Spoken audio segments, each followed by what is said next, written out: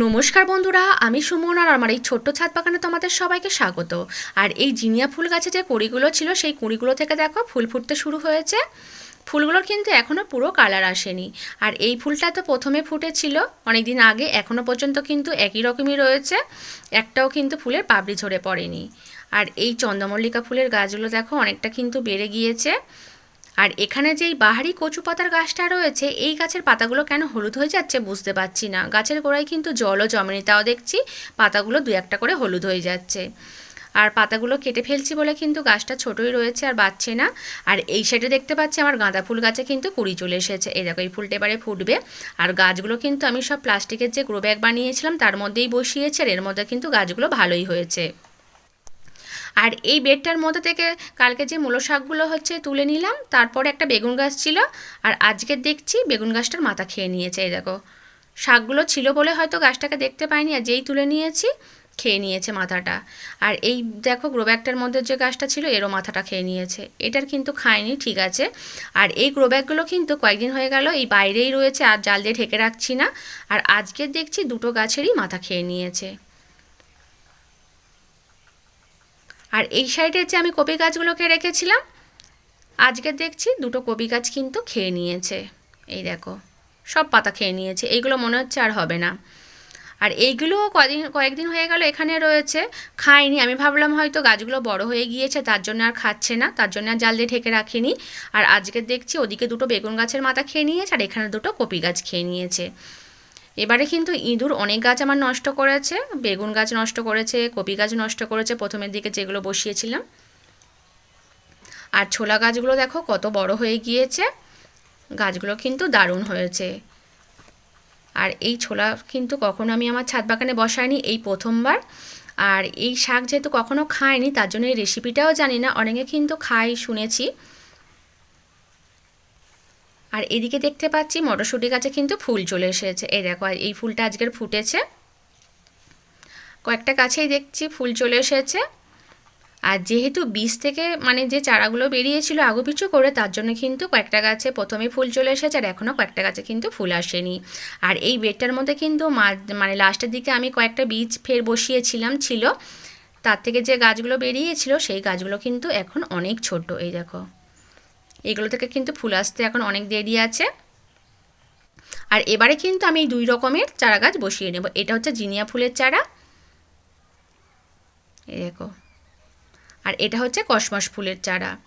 আর কালকের আনতে আনতে সন্ধে হয়ে গিয়েছিল, তার জন্য আমি গ্লাসের মধ্যে জল দিয়ে তার মধ্যেই রেখে দিয়েছিলাম।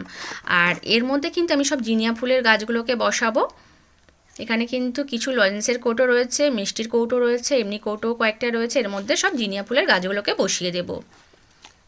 জিনিয়া ফুলের একটা গাছ রয়েছে, সেই ফুলটা দেখে আমার পছন্দ হয়েছে বলে ফের আমি আবার এই গাছগুলোকে এনেছি। এখানে দেখো সব জিনিয়া ফুলের গাছগুলোকে বসিয়ে দিয়েছি। এখানে কিন্তু মোট 7টা গাছ রয়েছে, আর জায়গা ছিল 6টা। আর একটা গাছ বেশি ছিল বলে আমি কিন্তু এই একটা গাছ এই ছোটো বোতলের মধ্যে দেখো বসিয়ে রেখেছি। পরে আবার জায়গা রেডি করে এটাকে তুলে বসাবো। আর এবারে কিন্তু আমি এই কসমস ফুলের গাছগুলোকে বসিয়ে নেব। কসমস ফুলের গাছ যেহেতু অনেকটাই হচ্ছে লম্বা হয়, তার জন্য আমি এরকম দেখো একটা গভীর জায়গা নিয়েছি, আর মাটিও অনেক কম নিয়েছি। এর মধ্যে দুটো গাছ বসাবো, দুটো গাছ বসিয়ে দিয়েছি। আর মাটি কিন্তু অনেক কম আছে, গাছগুলো বাড়ার সাথে সাথে তারপরে মাটি দিয়ে দেবো গোড়ায়। আর এই গ্রো ব্যাগটার মধ্যেও হচ্ছে বসাবো যে কটা গাছ রয়েছে। এই গ্রো ব্যাগটাও কিন্তু অনেকটা হাইট রয়েছে, এর মধ্যে ভালোই হবে। আর এই সাইডটা একটু মুড়ে নেবো। এই দেখো মুড়ে আমি কিন্তু এখানে 4টে গাছ বসিয়ে দিয়েছি। আর এখন হচ্ছে মুড়ে দিলাম কারণ যাতে এই ছোট ছোট গাছের গোড়ায় পর্যাপ্ত পরিমাণে আলো বাতাস হচ্ছে পায়, তার জন্য। আর গাছগুলো বাড়ার সাথে সাথে সাথে আমি পরে আবার গোড়ায় মাটি দিয়ে দেবো, আর হচ্ছে গ্রো ব্যাগটাকে সাইডটাও তুলে দেবো। আর এবারে কিন্তু এই গাছগুলোতে আমি জল দিয়ে দেবো। কসমস ফুলের গাছ কিন্তু আমি প্রতিবারেই শীতের সময় বসাই, আর এবারে কিন্তু অনেকটাই দেরি হয়ে গেল বসাতে। আর গাছগুলোতে কিন্তু আমি জল দিয়ে একটু ছায়ার মধ্যে রেখে দেবো 2-3 দিন। দেখো জল দেওয়া হয়ে গিয়েছে। আর আমার এই দেখো সরু যে লাউ গাছটা এখানে উঠেছে, গাছটাতে দেখতে পাচ্ছি ফুল এসেছে। এই দেখো এখন কিন্তু লাউ ধরেনি, ফুল এসেছে সবে। গাছটা কিন্তু একদম সরু। আর এবারে কিন্তু আমি এই লঙ্কা গাছগুলোর মাথাগুলোকে কেটে দেবো। এখানে কিন্তু 4টে লঙ্কা গাছ রয়েছে। এই গাছগুলো সবে কয়েকদিন আগে বসিয়েছি। আর এখন যদি এই ছোট থেকে আমরা মাথাগুলোকে কাটতে থাকি তাহলে এখান থেকে আবার দুটো করে কিন্তু ডাল বেরোবে। দেখো প্রত্যেকটা গাছের আমি কিন্তু মাথাগুলো কেটে দিলাম। এই যে বালতির মধ্যে গাছগুলো রয়েছে এরও মাথাগুলোকে কেটে দেব। আর এই গাছটার কিন্তু মাথাটা খেয়ে নিয়েছিল ইঁদুরে, দেখো দুটো কিন্তু ডাল বেরিয়েছিল। আর এই যে ফের আবার দেখো একটু বাড়ার পরে আমি মাথাগুলোকে কেটে দিচ্ছি। এই দুটো ডাল থেকে কিন্তু দুটো দুটো করে 4টে কিন্তু ফের ডাল বেরোবে।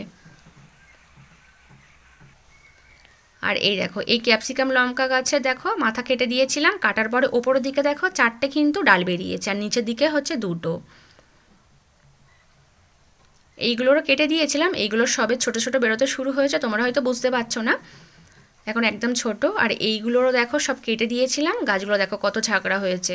প্রত্যেকটা ডাল থেকে কিন্তু দুটো করে কিন্তু আবার ফের ডাল বেরিয়েছে কাটার পরে, এই দেখো। আর এত ছোট গাছে আমি এখন হচ্ছে লঙ্কা নেব না, এইগুলো কিন্তু সব সরু লঙ্কার গাছ।